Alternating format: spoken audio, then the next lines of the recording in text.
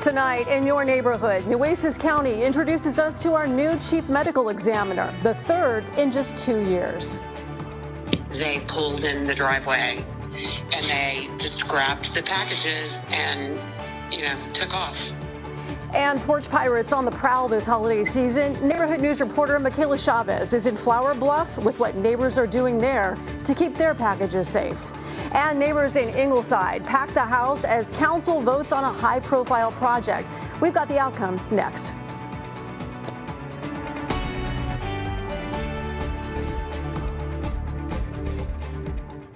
Thanks for joining us. I'm Suzanne Stevens. Clara has the night off. Nueces County has a new chief medical examiner tonight, the third in just 2 years. County commissioners approved the appointment of Dr. Diane Nam H. Trang today. She's been serving as interim chief examiner since July.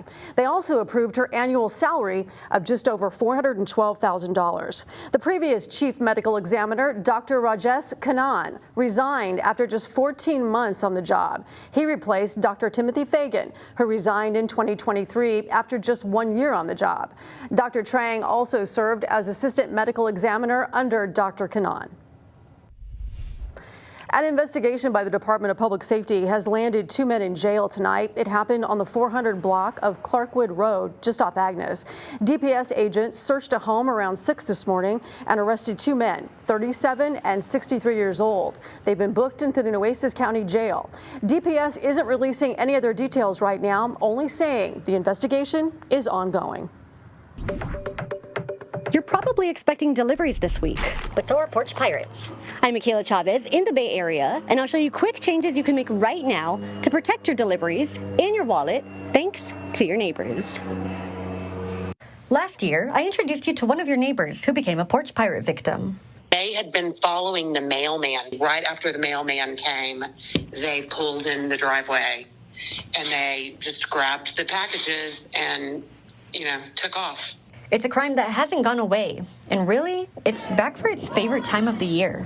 For people who shop online, like Tim. NFL.com, Amazon, Costco.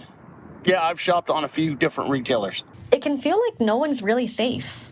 I've seen videos on YouTube, and yeah, it's pretty sad. But here's the good news. You can lower your chances of becoming the next target. First up, cameras. Neighbors told me they use doorbell cameras like Arlo or Ring. Some even get creative with where they put them. They'll hide them in like planter boxes or up high, out of the way so nobody can see it. Another neighbor showed me she's got a security system right by her front porch. And speaking of porches, some people are installing secure lock boxes on their stoop to protect packages. People building like little mailboxes where it's a secure place on their front door. Most retailers give you a delivery window, but we all know that doesn't always hit. And you also can't wait around all day. So if a package does show up and you're not home, ask a friend or a neighbor you trust to grab it for you until you get back. I'm from California originally, but here in Texas, the people are so nice, and they're trustworthy people out here. And if it comes to it, have it sent where you know you'll be. Maybe you could talk to your boss and have it delivered at the workshop or wherever you're working. CCPD says thieves do their homework. The same way neighbors plan for deliveries, criminals scout routes. If a package is stolen, report it right away. Companies like Amazon often require a police report before issuing a refund. From the Bay Area, I'm Michaela Chavez, Chris 6 News. Michaela, thank you. Here are some other ways to protect yourself. If you haven't already, tap into real-time tracking tools. Designate a hidden drop-off location at your home or, when possible, ship to another location. Text and email alerts are a great way to track packages. And if a package is stolen, report the theft to police and the shipping company immediately. Reach out to the retailer to see if the item can be replaced and check to see if your credit card offers purchase protection. In national news tonight, the Federal Reserve has cut interest rates for a third time this year, this time by 0.25%, between 3.5 and a quarter. Fed Chair Jerome Powell spoke earlier today on the higher costs some Americans are facing. We hear loud and clear how people are experiencing really costs. It's really high costs. And A lot of that is not the current rate of inflation. A lot of that is just embedded higher cost due to higher inflation in 2022 and 23. Looking ahead, the Federal Reserve is predicting only one interest rate cut next year. It was a late night for neighbors in Ingleside. On Tuesday, the city council was voting on two industrial projects, an oil tank farm and the Yaren Blue ammonia plant. The city moved the meeting to Ingleside High School to accommodate the large crowd. Many residents for and against the projects had a chance to speak. Millions of pounds per day, 18 million pounds per day. We're going to have all kind of water problems with the discharge. This is going to ruin what we have here, a beautiful place in our quality of life. Because without the industry, we don't have much of a community. All the mom and pop businesses have come and gone, and I think it's a good opportunity to bring more structure to the community. After hours of public comment, Mayor Pro Tem Tracy Long made a motion to approve the special use permit for the Yaren project, but there was no second, so the motion failed. The tank farm project passed. It may be December, but today felt more like a preview of spring. Let's check what's next. Meteorologist Stephen Jones joins us with a look at your forecast.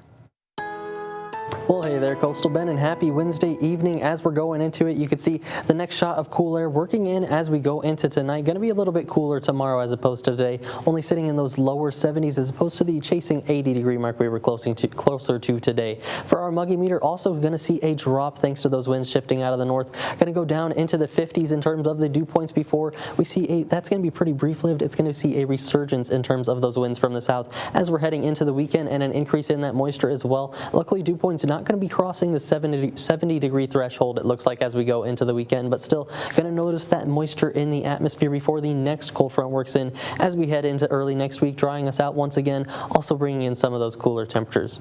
As we look at tomorrow's planner, getting a sneak peek at it for you, you can see by 9 a.m. expecting those mid-50s, and as we go into daytime highs, only expecting that 70-degree mark by the mid-afternoon, with winds going to be in out of the northeast in the morning and then the southeast as we head into the afternoon. I'll have more on that 7-day forecast coming up. Stephen, thank you. At South Texas Lighthouse for the Blind, new technology is making day-to-day work a lot easier for employees who are visually impaired. Things like screen magnifiers and large monitors help them read orders, check paperwork, and do jobs that require precision. One of the people using that equipment is front desk clerk Tim Hatcher. He was born legally blind and says the tools help him keep up the workplace that's not always built for him. Down here on the bottom, I can see under my. It's very difficult. A lot of people don't want to take the chance on hiring people who are blind or visually impaired. The Lighthouse says fundraisers help pay for these upgrades so employees can work more independently and have more opportunities to grow. Now to a story with a lot of heart. 10 area high schools were presented with CPR kits today, all free of charge. They were donated through a partnership between the American Heart Association and Driscoll Children's Hospital. So what's inside the kits? So one kit has 10 mannequins along with all of the tools and resources to be able to train thousands of students in hands-only CPR. The kits go hand in hand with each school's cardiac emergency response plan and will be used to train students and school employees in hands-only CPR. The American Heart Association hopes to supply more schools in the future. The Texas State Aquarium is getting ready to launch a brand new multi-million-dollar experience just for kids. It's called Ocean Odyssey and designed to look and feel like the aquarium's Wildlife Rescue Center. The space is being built inside what was once a movie theater on the aquarium's campus, and it'll cost $2.5 million when finished. Children will be able to explore hands-on displays, push buttons, talk to interactive technology, and learn about how wildlife is rescued and rehabilitated. So we were last year voted the third best aquarium in North America. So this is certainly the top aquarium in Texas and one of the top 3 in the United States. So this just continues that trend for us to make sure that we're creating that safe space. The construction is being handled by a nationally recognized firm from Ohio, known as one of the top children's museum builders in the country. The aquarium hopes to open the new space by April. Coming up tonight, social media could soon decide who gets into the United States. We'll tell you about the new proposal when we come back. You're watching Chris 6, part of the Scripps News Group. Tonight, a new proposal could change the way international visitors are screened in the United States, and it starts with their online presence. A new proposal from the U.S. government calls for travelers to provide their social media history for the past 5 years. It would apply to those using the Electronic System for Travel Authorization, also known as ESTA. It's an online application for a visa waiver program, which asks for information like birth date, past criminal activities, and as of now, the social media check is optional, but the U.S. government wants to make it mandatory.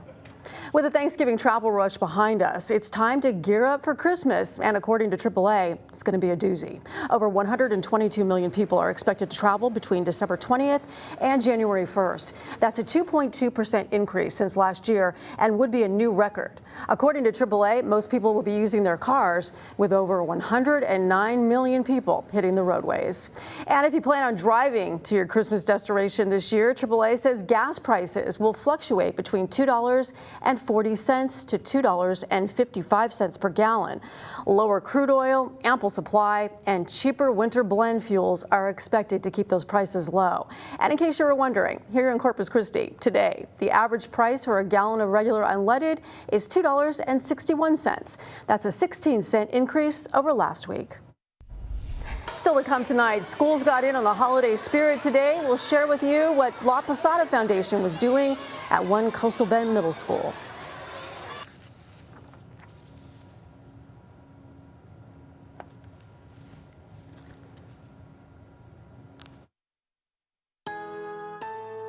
Well, hey there, Coastal Bend meteorologist Stephen Jones here, taking a look at our upper level pattern. You can see most of the American Southwest going to be dealing with this ridge of high pressure, that trough of cool air really focusing on the areas towards the Great Lakes and the Northeast. And as we go through the next couple of days, going to be holding on to this upper level ridge, mainly dominating our weather pattern. So plenty of sunny skies going to be on the way for us as we head through the next couple of days, and temperatures also going to be in those 70s. So not too much to complain about as we're heading through that second week of December.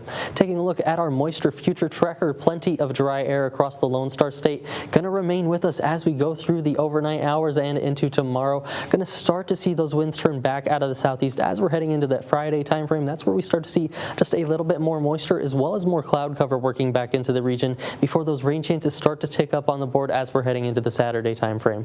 For a future tracker going into tonight, you can see the mostly clear skies we're anticipating going into tomorrow as well. Maybe just a couple of clouds in the sky, but in terms of rain, nothing to worry about. So if you have any of those outdoor plans as we're heading into our Thursday, go ahead and do them. Not going to have any trouble in terms of the rain as we're heading into it. In terms of that Friday time frame, here's where we start to see just a little bit more cloud cover working in, but any of the rain still looking like it'll be isolated to the Gulf, but so not expecting too much in terms of that rain. But as we go into the weekend, that's where we get that next shot of rain, just not looking like a total washout still, and not going to be the drought buster that we need for the Coastal Bend. For the next few days ahead, plenty of sunshine on the way. Those upper 70s today out there right now, of course, and as we go into tomorrow, going to be those lower 70s, but going to be a bit of a roller coaster back into those upper 70s as we head into the Friday time frame, with more cloud cover on the way as well, with that moisture increasing. For feels like temperatures going into tonight by that 10 p.m. hour in the 50s and 60s across areas of the Coastal Bend, and going to see those lower 50s, if not the upper 40s, as we're going into the overnight hours by that 7 a.m. time frame, even sitting as low as 44 degrees roughly there in Freer and Beeville in terms of those feels like temperatures. So going to be a little bit of a chilly start for us tomorrow, but as we go into the afternoon, going to be able to lose those jackets once again. Just a simple Texas winter day where you have it in the morning, and then going into the afternoon, going to warm up pretty nicely for just a beautiful day out there with all the sunshine as well.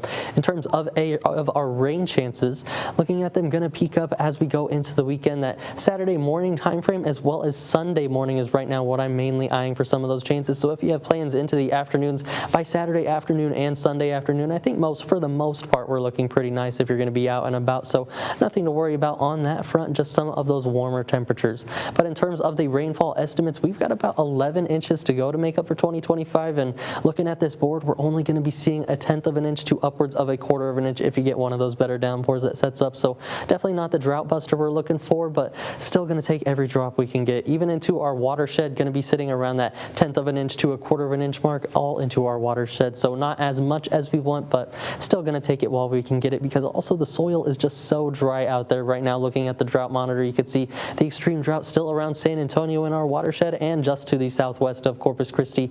As you can see, also that severe drought and the moderate drought around the Corpus Christi region. So we definitely need the rain, and hopefully as we head into 2026, we start to see some more on the board. For our forecast, fire danger going to remain low for right now, but still with everything so dry out there, want to do what you can to prevent those forest fires. And looking at our 7-day forecast, you can see the next chance of rain on the board by this weekend.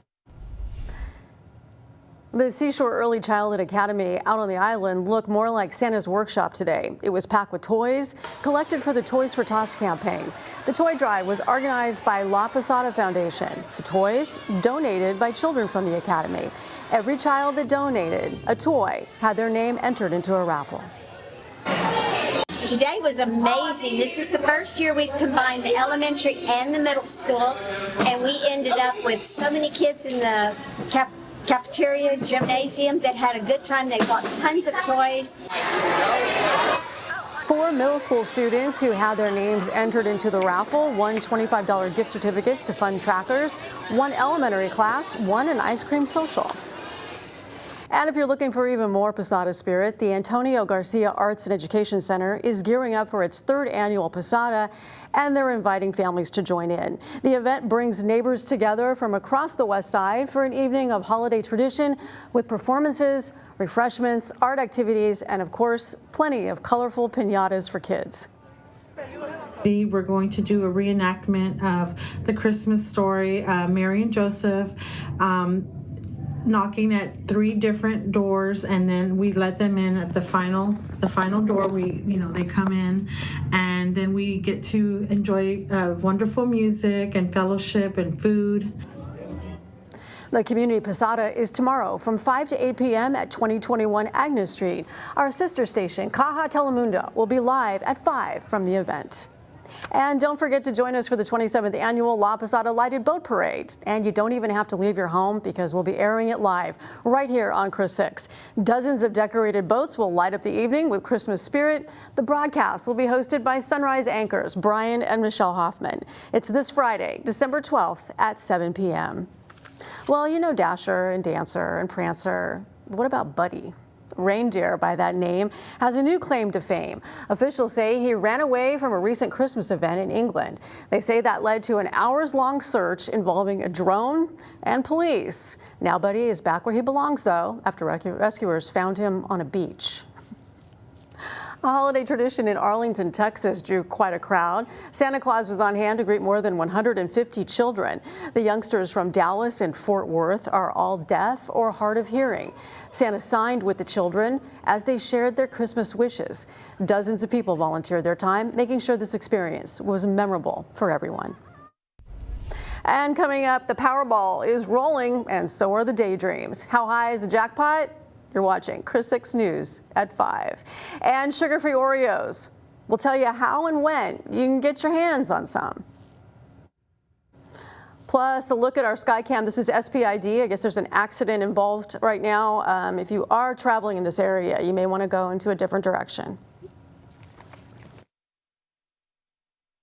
You're watching Chris 6, part of the Scripps News Group. The Powerball has another drawing tonight, and it's nearing record highs. The estimated jackpot is now at $930 million. That's after no one won on Monday night. If you win, you can choose to be paid out in 30 installments over 30 years, or you can take a $429 million installment. For the first time in the U.S., Milk's favorite cookie is going sugar-free. Oreo announced sugar-free versions of its signature chocolate cookies. The double-stuffed zero sugar treats will start rolling out in January, and it's not a fad, it's here to stay. The company says that makes Oreos has already introduced the cookies in Europe and in China. Pepsi is also making some big changes, most notably to cost. The soda company says it plans on reducing the price of individual products by 20%. Back in September, the activist firm Elliott Investment Management became one of PepsiCo's larger investors with a $4 billion stake in the business. Online shoppers beware. That's because Instacart, who uses artificial intelligence to price items differently, has been found to price certain items up to 20% more for certain shoppers. A review by the Consumer Reports and Groundwork Collaborative says the online groceries delivery service is using AI to determine how price-sensitive staples are for particular shoppers. In other words, Instacart wants to know how much is too much before a person decides not to buy the item. Uber will soon be making it easier to find a ride in some major airports. The rideshare company is launching physical kiosks at arrival terminals at select airports that allow travelers to book a car even if they don't have the app. Just walk up to the kiosk, enter your destination, and select your ride type. The kiosk will print a paper receipt with the trip details. The first kiosk will debut at New York's LaGuardia Airport, with more planned for hotel ports and other airports in the coming months. A major archaeology find took place in England this week. Archaeologists say they have proof of the earliest known case where humans started and controlled fires. The researchers say heat-shattered flint axes and 2 pieces of a stone used for creating sparks were found at a site in Barnham, Suffolk. These artifacts are 350,000 years older than previous artifacts found. That's all the time we have for now. Thanks for choosing KRIS 6 News at 5. We'll see you right back at 6 with more news from your neighborhood. Until then, have a great evening.